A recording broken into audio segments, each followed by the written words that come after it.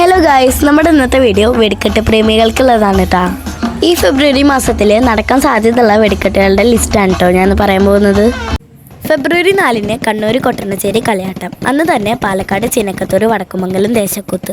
ഫെബ്രുവരി 5 ചിനക്കത്തൂർ പാലപ്പുറം ദേശക്കൂത്ത്. ഫെബ്രുവരി 6 ചിനക്കത്തൂർ പല്ലാർമംഗലം ദേശക്കൂത്ത്. ഫെബ്രുവരി 10 മലപ്പുറം പുറക്കാവ് പൂരം. അന്ന് തന്നെ പാലക്കാട് ചിനക്കത്തൂർ തെക്കുമംഗലം ദേശക്കൂത്ത്. ഫെബ്രുവരി 11 തൃശ്ശൂർ കുറ്റിയങ്കാവ് സാമ്പിള്.